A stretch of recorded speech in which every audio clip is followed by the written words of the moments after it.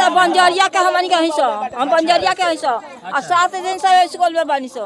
अच्छा। और 7 दिन में काल माने काल सबेरे खाना मिले नहीं खे मिला लेकिन लेम चूसा नहीं शीतलपुर के लोग के मिला। वोटवा के बेरा ए दीदीया ए विधायक जी कह के गई नी हम लाल बाबू भाई के कह देनी लाल बाबू भाई के कह देनी लाल बाबू भाई देख लिया न अब वो चल जाइए ओकर बाद लाल बाबू भाई चल जान के जाना था लाल बाबू भाई के हके ना 3 लाख के मछरी जाल छोड़ रहल खटे उ दहा गइल खेती कइले रहनी है 5 बीघा उ दहा ई जनता आरआर पहले लीक भई रहे लीक भई रहे त आके वहां सही से कसे के चाहिए तो उ लोग आई लोग 4 गो बोरा से घेर देलक लोग 4 गो बोरा से घेर के चल गई लोग भइल की वो बगल से लीक बावे तो ओने से डाले के चाहिए तो ले आके ए बगल 4 गो 5 गो बोरा डाल के आ चल गई लोग। लेकिन जहाँ बांध टूटना चाहिए था जहाँ मेरी कमजोर वीक पॉइंट है वहाँ बांध नहीं टूटा और जहाँ मेरी वीक पॉइंट नहीं है जहाँ बांध टूटने की कोई संभावना नहीं कोई पानी का कोई प्रेशर नहीं था वहाँ बांध टूटा। किसके लापरवाही से टूटा है क्यों टूटा है कि तोड़ दिया गया है कि क्या हुआ है जांच का विषय है। और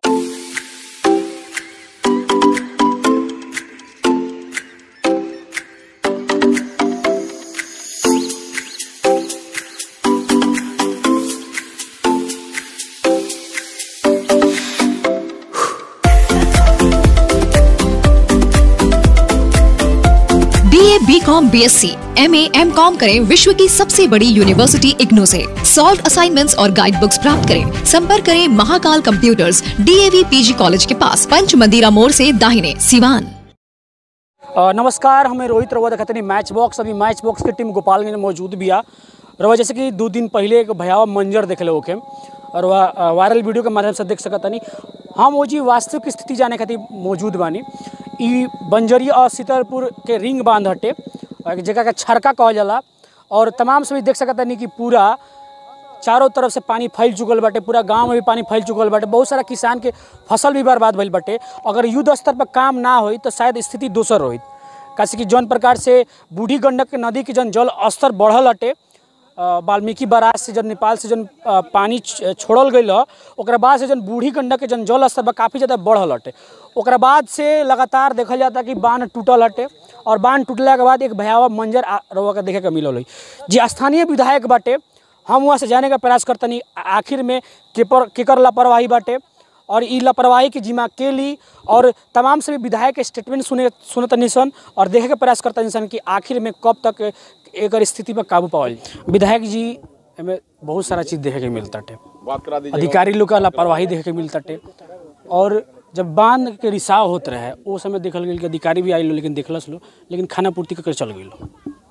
देखिए हमको जो जानकारी और सूचना यहाँ के लोगों से है काम हो रहा था रिसाव था तो यहाँ की जानकारी हम तो बात किए थे अधिकारियों से तो वो लोग बोला कि सर काम स्टार्ट है काम हो भी रहा था क्या जी सच्चाई तो ये फिर काम शायद कंप्लीट हो गया या अधूरा रहा यहाँ झगड़ा झंझट हुआ कर्मचारी के साथ किसी से ना उस रोज जो है सो वो लोग भर और के इधर से चले गए। हाँ मैंने ऐसा ही कुछ हमको सूचना जो मिली भर दिए उसके बाद क्या उसके बाद रिसाव था सुबह में लोग देखा कि ज़्यादा रिसाव है हमको लोग फ़ोन किया मैंने तत्काल DM साहब को DDC साहब को या अन्य पदाधिकारियों को जो भी इससे रिलेटेड है सबको फ़ोन किया। तब तक यहाँ मजरा भीड़ भर था हम थे नहीं हम रहते तो लोग आता अपना डर से पदाधिकारी जल संसाधन के नहीं आ रहा था कि लोग फिर लोग मारेगा हमको इधर 4-5 किलोमीटर दूर में कहीं छिपा हुआ था।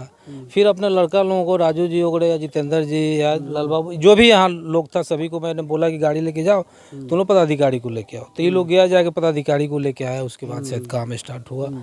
यही घटना है और जहाँ हमको तो नहीं लग रहा है कि वहाँ जो स्थिति थी जो ग्रामीण बता रहे थे जो स्थिति है वहाँ बांध टूटने का कोई औचित्य नहीं है। मतलब आपदा मान सकता नहीं करेगा अब वो क्या संभावना वहाँ था नहीं वहाँ पानी का भी प्रेशर नहीं था क्योंकि इसके पहले उससे भी ज़्यादा प्रेशर था तो बांध नहीं टूटा। आखिर क्या वजह है तो जांच का विषय है इसको हम लोग जांच करवाएंगे। विधायक जी राव एगो स्टेटमेंट बहुत ज़्यादा होता कि बांध टूटी तो हम एक जिम्मेदारी लें जब तक हम जीते तब तक ले कहल जाओ कि हम बांध ना टूटे दें लेकिन बांध टूट गई क्या कहे। हम हर साल बांध पे काम करवा रहे हैं पिछला बार भी काम हुआ था, 2020 में भी काम हुआ, 21 में भी काम हुआ था। 21 में माननीय मुख्यमंत्री जी को भी मैं बुलाया था और वहाँ से लेके यहाँ तक काम हुआ था। आपने भी देखा या कवरेज कीजिएगा, देखिए काम हुआ था। कहीं कहीं ज़रूरी नहीं है कि एक ही बार में सब काम हो जाए। फिर इस बार भी काम होने वाला है, काम होता है, सब टेंडर के प्रक्रिया में है, सब काम होने वाला है। लेकिन जहाँ बांध टूटना चाहिए था, जहाँ मेरी कमज़ोर वीक पॉइंट है, वहाँ बांध नहीं टूटा। और जहाँ मेरी वीक पॉइंट नहीं है, जहाँ बांध टूटने की कोई संभावना नहीं, कोई पानी का कोई प्रेशर नहीं था, वहाँ बांध टूटा। किसके लापरवाही से टूटा है, क्यों टूटा है, कि तोड़ दिया गया है, कि क्या हुआ है, जांच का विषय है। और मैं इसको जांच कराऊंगा और इसके दोषी जो भी होंगे उसको मैं नहीं बख्शूंगा। बहुत सारा सांसद साहब यानी पूर्व विधायक मंजीत सिंह भी आए रहनी, कहतनी कि हम जाँच कराएं, ठीक बा, वह जाँच कराएं, लेकिन आम जनता पिसती है, आम जनता का फसल बहुत ज़्यादा नुकसान भइल बटे, एक मुआवजा के दी। ये तो मुआवजा हम लोग दिलवाएंगे। जितना यहाँ अभी क्षतिपूर्त, जितना बर्बाद हुआ है फसल, यहाँ डीडीसी साहब है, सुन रहे हैं, ये लोग अपना समीक्षा मीटिंग करेगा, सभी बैठ के। जितना भी अभी बाढ़ से ग्रसित लोग हुआ है, सभी को एक एक घर को मुआवजा मिलेगा। जितना लोगों का फसल क्षति हुआ है, सभी को मुआवजा दिलवाना मेरा काम है। विधायक जी, एगो चीज़ देखनी है कि अभी पूरा बिहार में डेंगू के लेके हाई अलर्ट पर बाटे। अब तो महामारी के रूप ली, एक तो बाढ़ के समस्या से लोग परेशान बाटे, लेकिन कोनो स्वास्थ्य विभाग के जी अधिकारी डॉक्टर दिखाई नहीं करेगी। अभी सारे टीम अभी पहुंच रही है। हमको बात हुई है डीएम साहब से भी, सचिव से भी, सभी लोग अभी 5 मिनट में यहाँ पहुँचने वाले आ रहे हैं लोग। इसी सब का व्यवस्था करने के लिए सब लोग देखेगा क्या व्यवस्था बन सकता है। आज से कल तक हम लोग व्यवस्था करेंगे महामारी से बचने के लिए, कैसे महामारी से हम लोग बचें। और दूसरा कोई क्या टिप्पणी करता है, मुझे किसी के टिप्पणी पे नहीं जाना है और न किसी के टिप्पणी के बारे में आप हमसे पूछिए। मैं इतना ही जानता हूँ कि मैं यहाँ के जनता का सेवक हूँ, मैं उसके हर दुख सुख में हूँ। मैं यहाँ था नहीं, मैं बाहर था, मेरे पार्टी का अधिवेशन था, मैं कारणवश यहाँ नहीं था। मैं आज आया हूँ, आते आते मैं यहाँ पे आया हूँ। बाकी मेरा टोटल टीम लगा हुआ था, सारे पदाधिकारी लोग भी लगे हुए थे। सारे पदाधिकारी, ये पहला बार हुआ है बैकुंठपुर में या कहीं भी कि आज बांध टूटा, कल होके उसका मतलब कि रिपेयरिंग हुआ, रोड चालू हो गया, चाहे रिंग रोड चालू हो। तो ये पहली बार हुआ है। तो कहीं ना कहीं पदाधिकारियों की तत्परता से, मेरे तत्परता से, हमारे यहाँ के ग्रामीणों की तत्परता से, यहाँ की जनता जनार्दन के तत्परता से, यहाँ के नौजवानों की तत्परता से हुआ है। मैं सभी लोगों को धन्यवाद देता हूँ कि आप लोगों ने पूरे गाँव को बचाया और पूरे इलाका को बचा लिया, नहीं तो इससे भी भयंकर रूप लेता। हम लगातार गोपालगंज बंजरिया मौजूद बानी, जैसे कि देख सकता नहीं कि कैसे आम गरीब जनता पिस रहल बिया, कैसे आम जनता ई आपदा से जूझ रहल बिया। तमाम सभी जो नेता बड़े एक पर एक प्रत्यारोप लगावत रहे, अधिकारी पर प्रत्यारोप लगावत रहे, केहू सरकार पर प्रत्यारोप लगावत, लेकिन जो सबसे अधिक क्षति भइल बा आम जनता के। और वह देख सकता नहीं कैसे फसल बर्बाद हो गई बा, रहे के जन घर दुआर बाटे ओमे पानी घुस गई बा। चाची का कहता लो ई लो विधायक जी लो सांसद मिल जाई चेक भंजा लिहल है, बताई चेक का होई। हमनी का खाए के चल गई, कमात नहीं से खात नहीं, खेत में चल गए।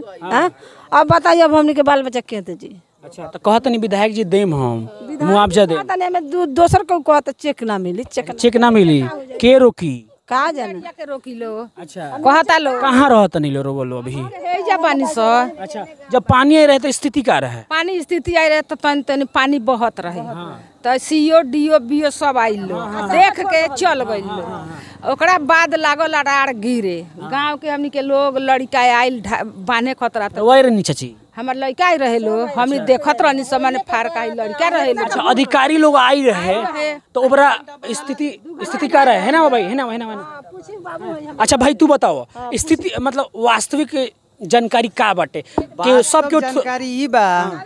देखिए आर पहले लीक भई रहे, लीक भई रहे तो आके वहाँ सही से कसे के चाहिए। तो उ लोग आई, लोग 4 गो बोरा से घेर देलक, लोग 4 गो बोरा से घेर के चल गई लोग। भइल कि वो बगल से लीक बावे तो ओने से डाले के चाहिए, तो ले आके ए बगल 4 गो 5 गो बोरा डाल के आ चल गई लोग। तो दिन भर तो मान लो कि धीरे धीरे पनिया आ बहल आ बिहान होला सवेरे तनी ज्यादा भूड़ फूट गई। भूड़ ओकरा अधिकारी क्यों आए रहे, सीओ साहब आए रहनी? अधिकारी ना, यहाँ फोन भइल, मुखिया जी बहुत फोन कैनी, सीओ डीओ बीओ सब केहू के फोन कइल गइल, केहू के फोन स्विच ऑफ बा, केहू उठावत नहीं के। हाँ आ केहू तिया 8 बजे बांध टूट गई, 8 बजे बांध टूट गई। ओकरा बाद से समझ ली कि 2-2:30 बजे ले केहू नहीं खेल। अच्छा 2-2:30 बजे ले केहू नहीं खेल। माने खाना पूर्ति करे खातिर बड़ा बड़का भाषण देत लो नेता लो जी। ना देखी जे भी आवता टे केहू आवता कहता जांच के विषय बा, जांच के विषय बा, जांच के विषय बा। उ जांच के विषय ओने निपट जाई। लेकिन कहे के बात ये है कि सीओ वो जे भी बावे उ लोग के बहुत बड़का लापरवाही बाटे। हुआ उ लोग के फोन भी कइल बाटे, उ लोग आइल नहीं खे, ठीक बा। और ओकरा बाद से माने जब मंजीत सिंह जी आईनी ओकरा बाद से प्रशासन लोग माने 2-2:30-3 बज गए रहे। ओकरा बाद से सबके मंजीत सिंह के डेंगू भई रहे ओमे वहाँ के आई रहनी। उ जे भी भई रहे माने वहाँ के अइला के बाद सब केहू आइल। वहाँ के अइला के बाद भी माने जो भी काम जौन होखेला कि हाँ एकरा के रोकल जाओ। बांध तो टूट गइल। अब ओकरा के बांधे ओने वाला काम को केतिया कैसे करे के बाटे ओकरा बाद से भइल। लेकिन काम शुरू भइल रात में 9-10 बजे के बाद। पानी ओबरा बहुत रहे, पूरा बह के ओरा गइल। ओने के पानी जितना रहला ओरा गइल। अब बनाओ चाहे ना बनाओ पानी आवे वाला ना रहला। चाहे उ दहा जाओ ये हो गई हमके दहा जति से ना। अगर सब केहू के घर में तो ना, लेकिन बहुत लोग के घर में पानी ओने ढुक रहलक हवे। उ लोग के रहे हुए के भी दिक्कत रहलक हवे। लेकिन जे भी आवता है जांच के विषय करत हवे। मेन बात बा उ जांच होके चाहे ना होके। कहे के मतलब ई बा कि मान ली कि हमनी के लापरवाही से ही नहीं के भइल, ई प्रशासन के लापरवाही से भइल बा। आई केहू से लड़का से भी पूछे तो ई कह दी ई बात के, ठीक बा। तो रहल बात कि जो भी मुआवजा बाटे माने जो भी नुकसान भइल बाटे उ भरपाई कह दी। हमनी के दोसर कोनो बात नहीं खे।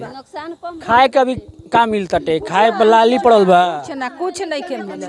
हमनी का चिउरो नहीं के मिले, एगो लेमचूसो नहीं के शीतलपुर के लोग के मिले। वोटवा के बेरा ए दीदिया ए विधायक जी कह के गई नी, हम लाल बाबू भाई के कह देनी, लाल बाबू भाई के कह देनी। लाल बाबू भाई देख लियन। अब उ चल जाइयन ओकर बाद लाल बाबू भाई चल जाइयन। के जानता लाल बाबू भाई के ह के ना हुआ। अच्छा के छपता माटी गिरा के लाल बाबू भाई के छपता जे गिरौले बा माटी आ माटी वही खातिर गिरल बा। नोट छपाता। देखिए डेंगू चलल बाटे। अब डेंगू चलल बा, स्वास्थ्य विभाग के अधिकारी आयल रहलो, डॉक्टर आयल रहलो, एम्बुलेंस दिखाई देता है। केहू नहीं आई। हमके खेती बाड़ी सब दगल घर गगल बनहु गगल। अब वोट के बेरा बुझाई बबुआ, वोट के बेरा भैया बुझाई कि पब्लिक के जियावल जाए तो वोट मिली या ना तो ना मिली।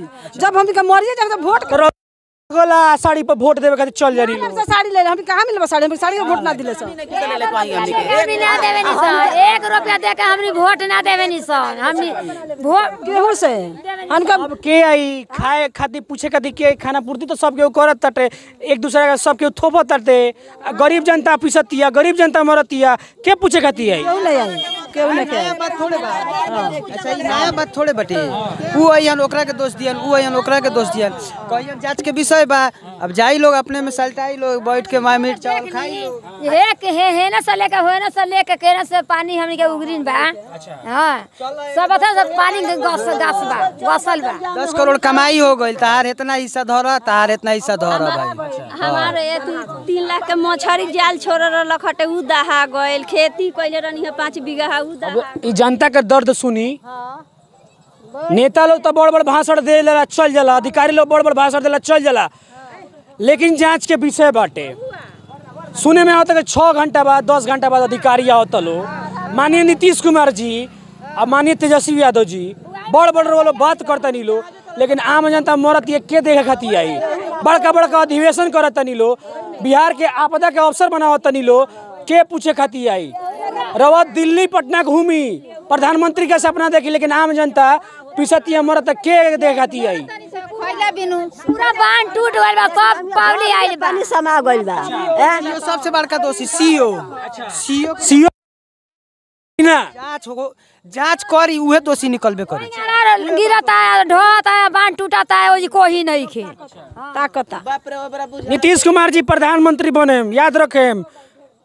कुछ वहाँ के दिल्ली बम्बे घूमतनी का लगता गए गाँव गए धान नीतीश कुमार बनी चाहे केहू बनी, ए बेरा हमनी के क्षति भइल बा। उहाँ के धान बोले उहो गइल, सब बाल बच्चा त भूखे मरी। हमनी ना कहत रहनी सब दिन से बंजरिया के हमनी के हिस्सा, हम बंजरिया के हिस्सा और 7 दिन से स्कूल में बनी सो। और 7 दिन में काल माने काल सवेरे खाना मिले, संजिया खाना के होने हला। चलिए अब माननीय सांसद साहब, माननीय विधायक साहब बहुत सारा चीज बताइनी है कहनी है, लेकिन आम जनता के दर्द देख ली।